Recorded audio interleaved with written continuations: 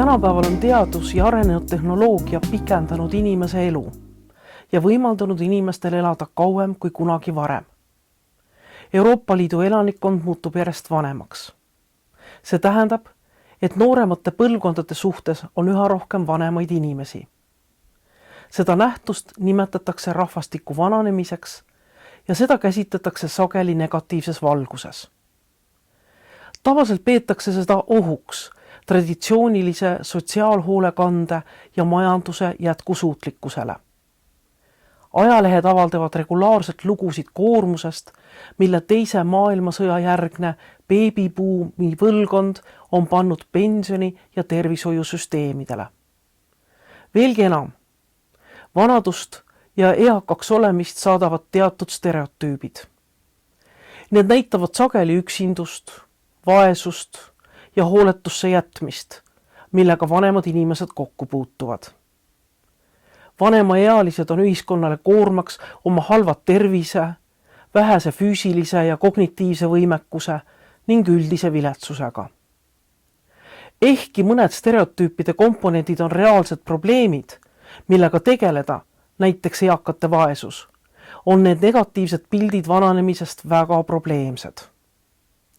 Nad toetavad vanussurvet, millel on negatiivne mõju nooremate põlvkondade suhetele vanemate inimestega ja mis tekitavad sügavat muret vananemise ja tuleviku ees.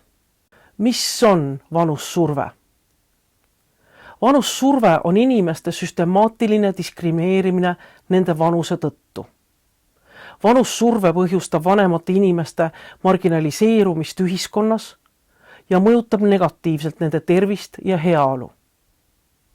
Lisaks, kuna naised elavad kauem kui mehed, seisavad naised vananemisega seotud probleemide ees rohkem kui mehed.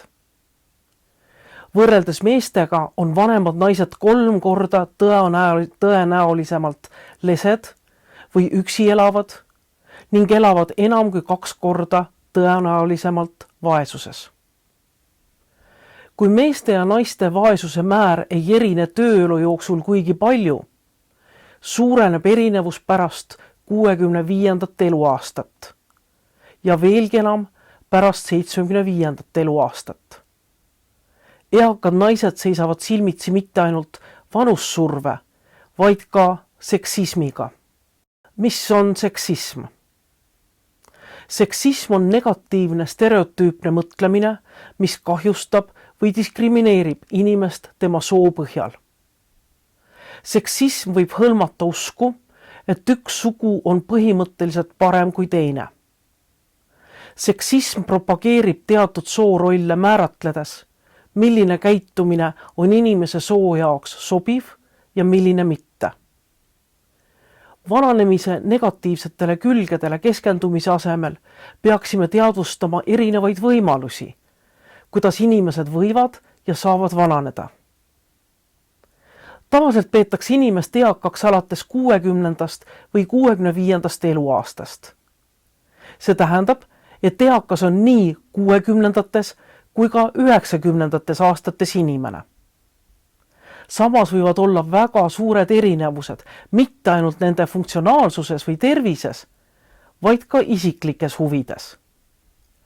Nad esindavad täiesti erinevaid põlvkondi, kellel on erinevad väärtused ja arusaamad heast elust. Vanemate inimeste kogemuste ja vajaduste üldistamine ei ole lihtsalt õige. Arstiteaduse ja sotsiaalhoolekande edusammud tagavad, et paljud vanemad inimesed ei ela mitte lihtsalt ainult kauem, vaid elavad kauem ka tervemalt. Peaksime mõtlema vanadusele kui uuele eluetapile, kus saadakse uusi oskusi ja kogemusi. Vanematel inimestel on ühiskonda palju panustada. Meie tulevik peaks olema vanusesõbralik ja julgustama vanemaid inimesi ühiskonnast osa saama, selle asemel, et neid ühiskonnast välja jätta. Inimõigused on kõigi inimeste jaoks universaalsed standardid.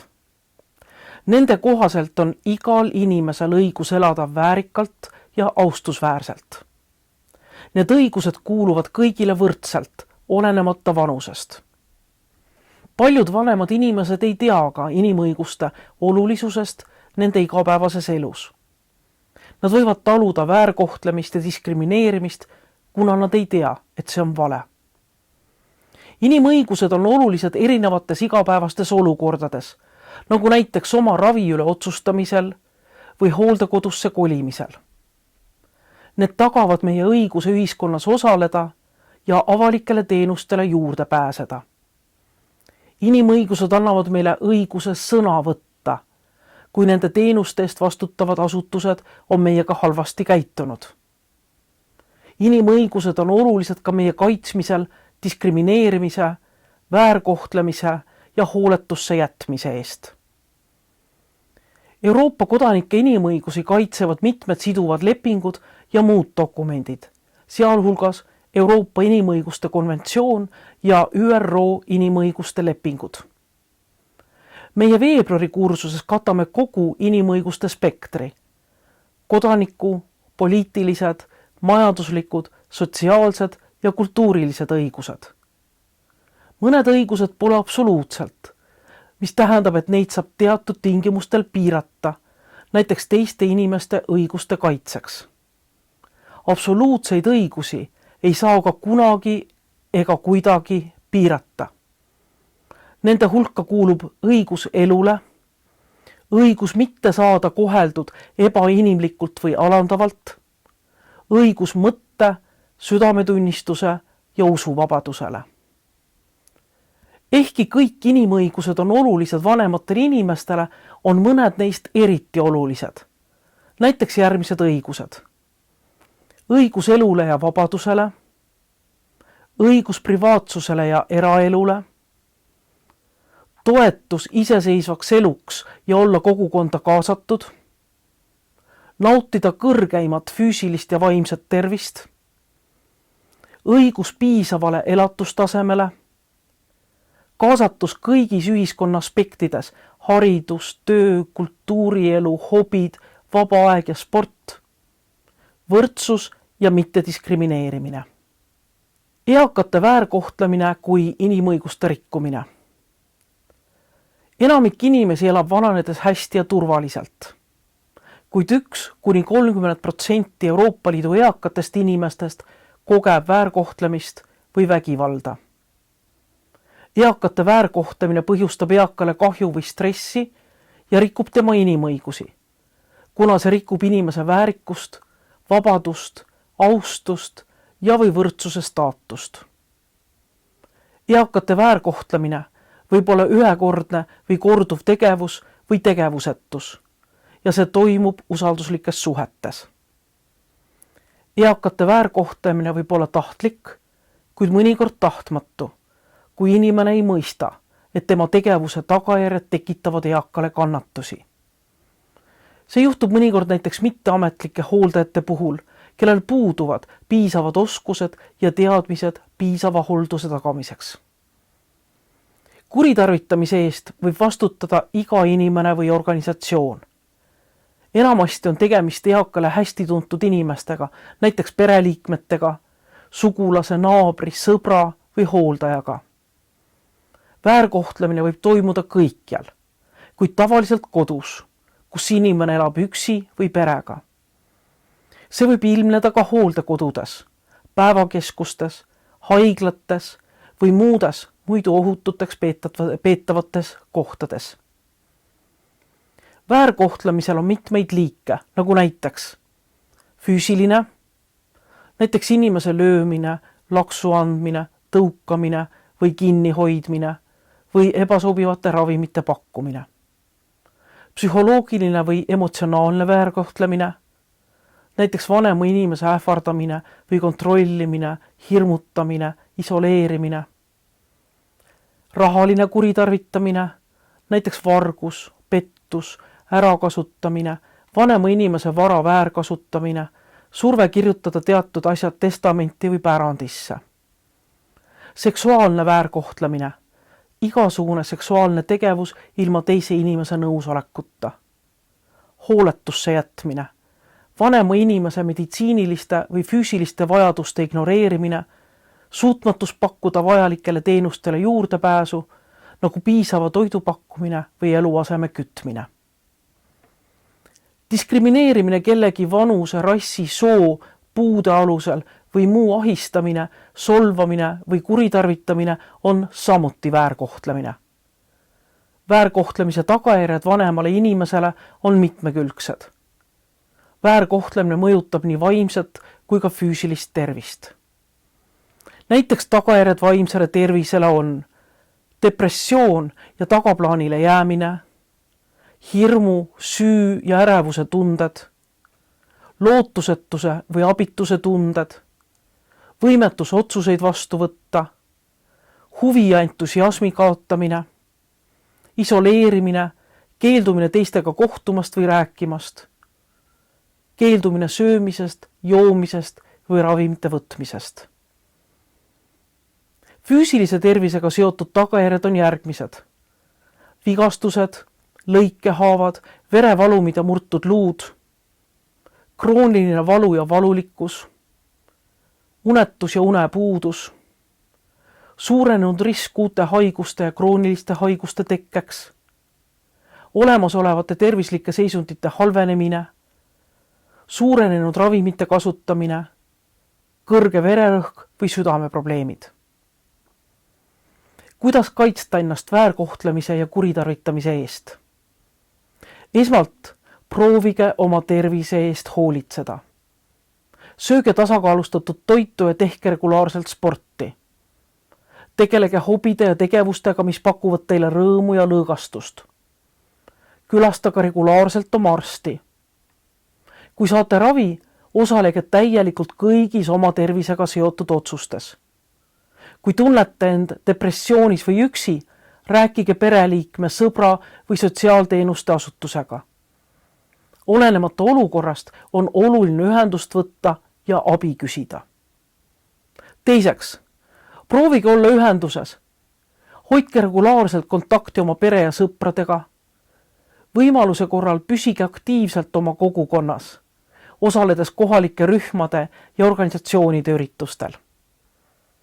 Otsige üles kohalikud tugiteenused ja tehke endale selgeks, kuidas nende juurde pääseda, näiteks päevakeskused, transport, koduhooldus. Veenduge, et vaid teil on ligipääs oma telefonile ja e-mailidele. Võtke arvesse, et alkoholi või narkootikumi kuritarvitava inimesega koos elamisega kaasnevad riskid. Mõelge läbi plaan, kuhu minna ja kelle poole pöörduda, kui tunnete end ohustatuna. Samuti võite paluda sotsiaaltöötajal või muul professionaalil aidata teil kirjalikku turvalisuse kava koostada. Hoidke oma finantsidel silm peal ja vältige petuskeeme. Jälgige oma rahavoolu, sealhulgas sularaha. Kasulik võib olla pidada kulude päevikut. Vältige oma pangakaardi või PIN-koodi väljaandmist. Kui peate oma PIN-koodi kuhugi kirjutama, hoidke seda pangakaardist eraldi kohas. Kontrollige, kas teie panga või krediitkaardi väljavõttel on kõik tehingud õiged. Kui saate, seadistage igakuiste maksete jaoks püsikorraldus. Hoidke kõiki väärtuslikke dokumente ja väärtuslikke esemeid kindlas kohas.